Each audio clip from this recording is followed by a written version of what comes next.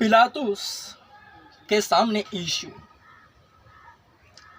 तब यीशु राज्यपाल के सामने खड़ा हुआ और राज्यपाल ने उससे पूछा, क्या तू यहूदियों का राजा है?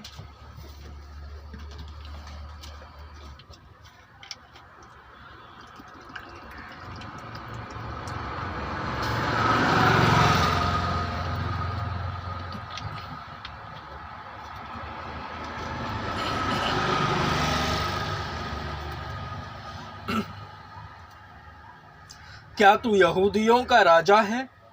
तो यीशु ने उससे कहा, ठीक तू स्वयं ही कहता है।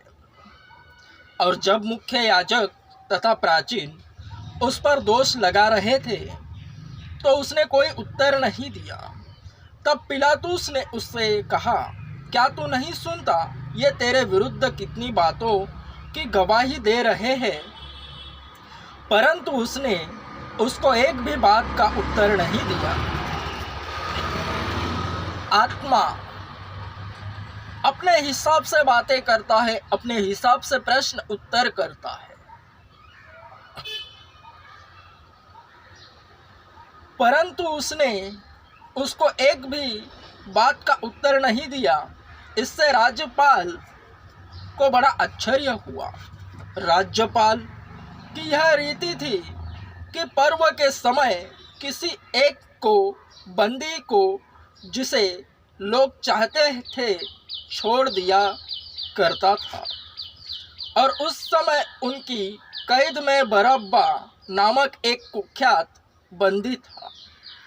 जब वे इकट्ठे हुए तो पिलातुस ने उनसे कहा, तुम किसको चाहते हो कि मैं तुम्हारे लिए छोड़ दूं, बरअब्बा को या यीशु को जो मसीह कहलाता है? क्योंकि वह जानता था कि उन्होंने इसे ईर्ष्यावश पकड़वाया है। और वह जब न्याय आसन पर बैठा तो उसकी पत्नी ने उसे कहला भेजा, इस धर्मी मनुष्य के मामले में हाथ न डालना, क्योंकि आज रात को मैंने स्वप्न में उसके कारण बहुत दुख उठाया है। परंतु मुख्य याजकों और प्राचीनों ने भीड़ को भड़काया कि वे बरअब्बा को छोड़ने और यीशु को मार डालने की मांग करें। तब राज्यपाल ने उत्तर दिया, इन दोनों में से किसको चाहते हो कि मैं तुम्हारे लिए छोड़ दूं? उन्होंने कहा, बरअब्बा को। पिलातुस ने उनसे कहा, फिर मैं यीशु का, जो मसीह कहलाता है, अक्षरशः क्रिस्तोस अर्थात अभिषिक्त, क्या करूं? उन सब ने कहा, वह क्रूस पर चढ़ाया जाए।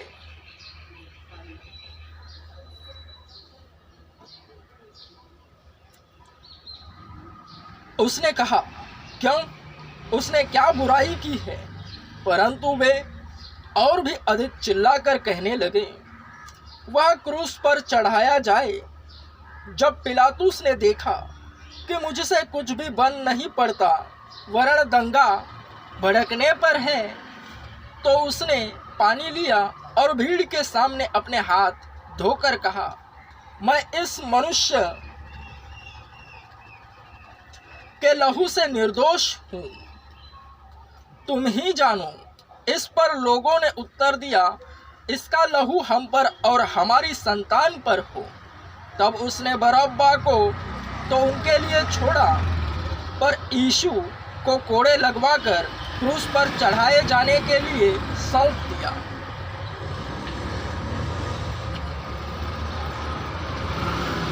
तब राज्यपाल के सैनिक यीशु को प्रेटोरियम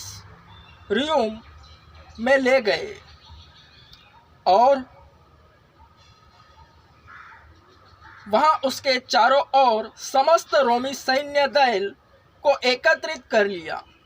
फिर उसके वस्त्र उतारकर उन्होंने उसे गाढ़े लाल रंग का चोगा पहनाया और कांटों का मुकुट गूंथकर उन्होंने उसके सिर पर रखा और उसके दाहिने हाथ में सरकंडा दिया। फिर उसके आगे घुटने टेक कर वे उसका उपहास करके कहने लगे, हे यहूदियों के राजा, तेरी जय हो। उन्होंने उस पर थूका और सरकंडा लेकर वे उसके सिर पर मारने लगे। उपहास करने के बाद उन्होंने उसका चोगा उतारा और उसी के वस्त्र उसे पहना दिए और क्रूस पर चढ़ाने के लिए ले चले। क्रूस पर चढ़ाया जाना। यीशु का क्रूस पर चढ़ाया जाना। जब वे बाहर निकल रहे थे तो उन्हें शिमोन नामक एक कुरेनी मिला। उन्होंने उसे बेगार में पकड़ा कि उसका क्रूस उठाकर ले चले। और जब वे उस स्थान पर आए जो गुलगुता कहलाता है, अर्थात खोपड़ी का स्थान, तो उन्होंने उसे पित्त मिला हुआ दाखरस पीने को दिया, परंतु उसने चखकर पीना न चाहा। और जब वे उसे क्रूस पर चढ़ा चुके तो उन्होंने चिट्ठियाँ डालकर उसके कपड़ों को आपस में बांट लिया और वहाँ बैठकर वे उसका पहरा देने लगे। और उन्होंने उसके सिर के ऊपर उसका दोष पत्र लगाया, जिसमें लिखा था, यहूदियों का राजा यीशु है। उस समय उन्होंने उसके साथ 2 डाकुओं को भी क्रूस पर चढ़ाया, एक को उसकी दाहिनी और दूसरे को उसकी बाईं ओर। वहाँ से आने जाने वाले उसकी निंदा कर रहे थे और वे सिर हिलाकर कह रहे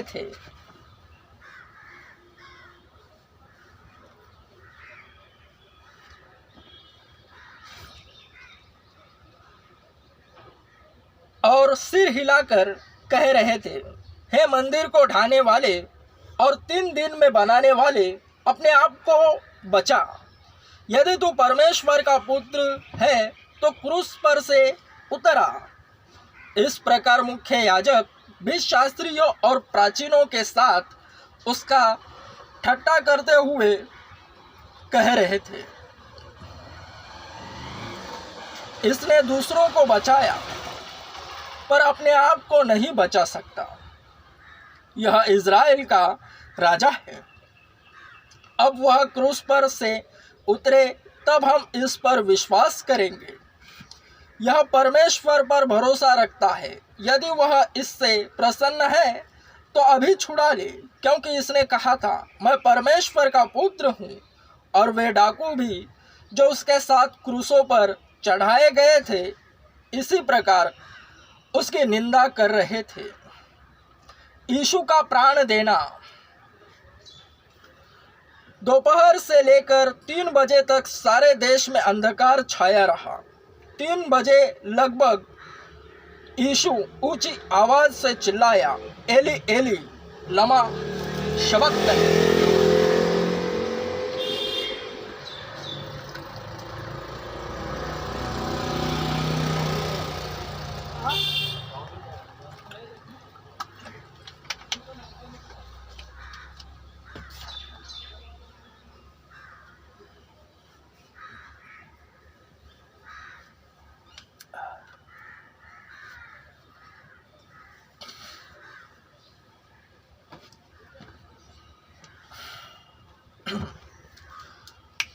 यीशु का प्राण देना। दोपहर से लेकर 3 बजे तक सारे देश में अंधकार छाया रहा। 3 बजे के लगभग यीशु ऊंची आवाज से चिल्लाया, एली एली लमा शबक्तनी, अर्थात हे मेरे परमेश्वर, हे मेरे परमेश्वर, तूने मुझे क्यों छोड़ दिया। वहाँ खड़े हुओं में से कुछ ने यह सुनकर कहा, यह मनुष्य एलिया को पुकार रहा है। उनमें से एक ने तुरंत दौड़कर स्पंज को सिरके में डुबाया और सरकंडे पर रखकर उसे चूसने को दिया। परंतु शेष लोगों ने कहा, देखे एलिया उसे बचाने के लिए आता है या नहीं। तब यीशु ने फिर ऊंची आवाज से चिल्लाकर प्राण त्याग दिया। और देखो, मंदिर का पर्दा ऊपर से नीचे तक फटकर 2 टुकड़े हो गया। पृथ्वी डोल उठी और चट्टानें भी तड़क गई तथा कब्रें खुल गई और सोए हुए बहुत से पवित्र लोगों के शव जीवित हो उठे।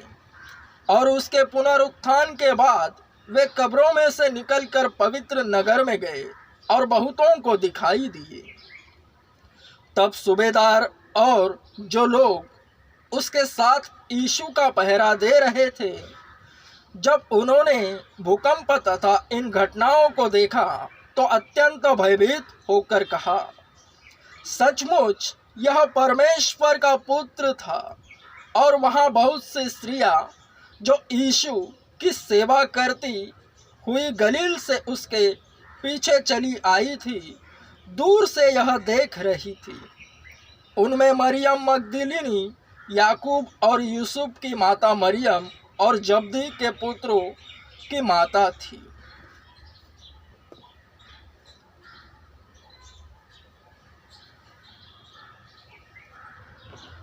यीशु का दफनाया जाना।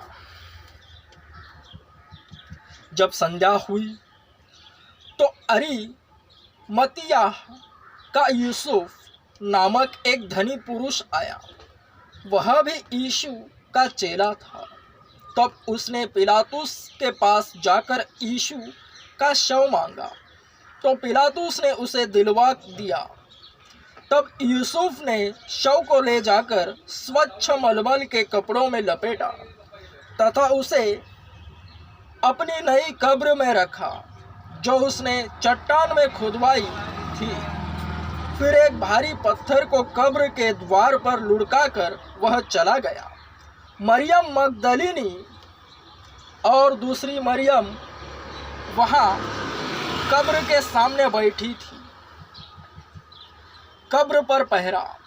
दूसरे दिन अर्थात तैयारी के दिन के एक दिन पश्चात मुख्य याजकों और फरीसियों ने पिलातुस के पास इकट्ठे होकर कहा, महोदय, हमें स्मरण है कि उस धोखेबाज ने अपने जीते जी कहा था, 3 दिन के बाद मैं जी उठूंगा। अतः आज्ञा दे कि तीसरे दिन तक कब्र की रक्षा की जाए, कहीं ऐसा न हो कि चेले आकर शव को चुरा ले जाएं और लोगों से कहे, वह मृतकों में से जी उठा है। तब पिछला धोखा पहले से भी बुरा होगा। पिलातुस ने उनसे कहा, तुम्हारे पास पहरेदार है, जाओ, जैसे भी उसे सुरक्षित रख सको करो। अतः उन्होंने जाकर कब्र की रखवाली करवाई तथा पहरेदार बैठाकर पत्थर पर मुहर भी लगा दी। यीशु का पुनरुत्थान। सबके बीतने पर सप्ताह के पहले दिन पाँव फटते ही मरियम मगदलिनी और दूसरी मरियम कब्र देखने आई। और देखो, एक बहुत ही भारी भूकंप हुआ, क्योंकि परमेश्वर का एक दूत स्वर्ग से उतर कर आया और पत्थर को अलग लुढ़काकर उस पर बैठ गया। उसका स्वरूप बिजली का सा और उसके वस्त्र हिम के समान श्वेत थे। पहरुए उसके भय से कांप उठे और मृतक से हो गए। स्वर्गदूत ने स्त्रियों से कहा, डरो मत, क्योंकि मैं जानता हूँ कि तुम यीशु को जिसे क्रूस पर चढ़ाया गया था ढूंढ रही हो। वह यहाँ नहीं है, क्योंकि वह अपने कहने के अनुसार जी उठा है। आओ उस जगह को देखो जहाँ वह पड़ा हुआ था। उसके चेलों को शीघ्र जाकर बताओ कि वह मरे हुओं में से जी उठा है। और देखो, वह तुमसे पहले गलील को जाएगा, वहाँ तुम उसे देखोगे। देखो, मैंने तुम्हें बता दिया है। इस पर वे भय और बड़े आनंद के साथ शीघ्र कब्र से लौटी और चेलों को यह समाचार देने के लिए दौड़ पड़ी।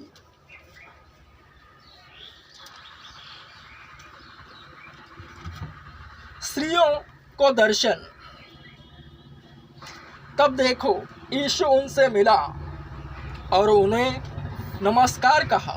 वे उसके पास आई और उन्होंने उसके पैर पकड़कर उसको दंडवत किया। तब यीशु ने उनसे कहा, डरो मत, जाओ और मेरे भाइयों से कहो कि वे गलील को चले जाए और वहाँ वे मुझे देखेंगे। पहरेदारों की सूचना। वे मार्ग ही में थी कि देखो, पहरुओं में से कुछ ने नगर में जाकर पूरा हाल मुख्य याजकों से कह सुनाया। तब उन्होंने प्राचीनों के साथ एकत्रित होकर सम्मति की और सैनिकों को बहुत रुपये देकर कहा, लोगों से कहना, रात को जब हम सो रहे थे तो उसके चेले आकर उसे चुरा ले गए, और यदि राज्यपाल के कानों तक यह बात पहुंची तो हम उसे समझा देंगे और तुम्हें संकट से बचा लेंगे। उन्होंने रुपये लेकर जैसा बताया गया था वैसा ही किया। यह बात यहूदियों में दूर दूर तक फैल गई और अब तक प्रचलित है। यहूदियों में यह बात अब तक प्रचलित है। जितनी यहूदी जाति के लोग हैं, केवल इज़राइल देश में यह जाति पाई जाती है।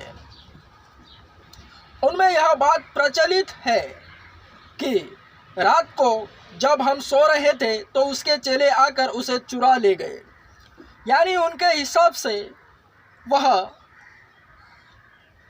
कब्र से बाहर आया ही नहीं, जीवित होकर जी उठा ही नहीं। वरन ऐसा नहीं, यहाँ साफ साफ लिखा है पवित्र शास्त्र बाइबल में, वचन सत्य है और सत्य यीशु है।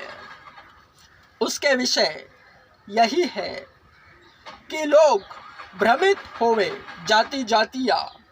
वरन सत्य क्या है? वह आया, जिया और क्रूस पर उसने अपनी जान दी और तीसरे दिन वह जी उठा। यह सत्य है। शैतान इसी सत्य को झुटला रहा है, जाति जातियों में भेद उत्पन्न कर रहा है। वरन वह जी उठा, यह सत्य है।